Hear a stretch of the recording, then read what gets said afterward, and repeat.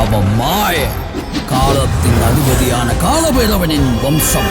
துணை முதலமைச்சர் உதயநிதி ஸ்டாலினின் பிறந்த நாளை ஒட்டி சென்னை குரோம்பேட்டை அரசு மருத்துவமனையில் கடந்த 27ஆம் தேதி பிறந்த குழந்தைகளுக்கு தங்க மோதிரம் அணிவிக்கப்பட்டது.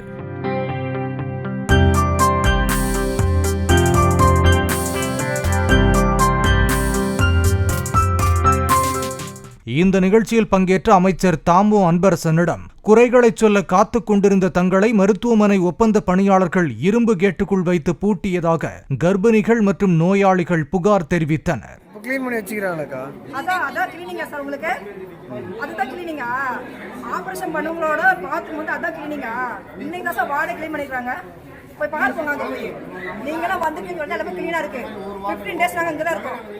அமைச்சர் வருவதாலேயே மருத்துவமனையை அவசரமாக சுத்தம் செய்ததாகவும் நோயாளியின் உறவினர்கள் தெரிவித்தனர்.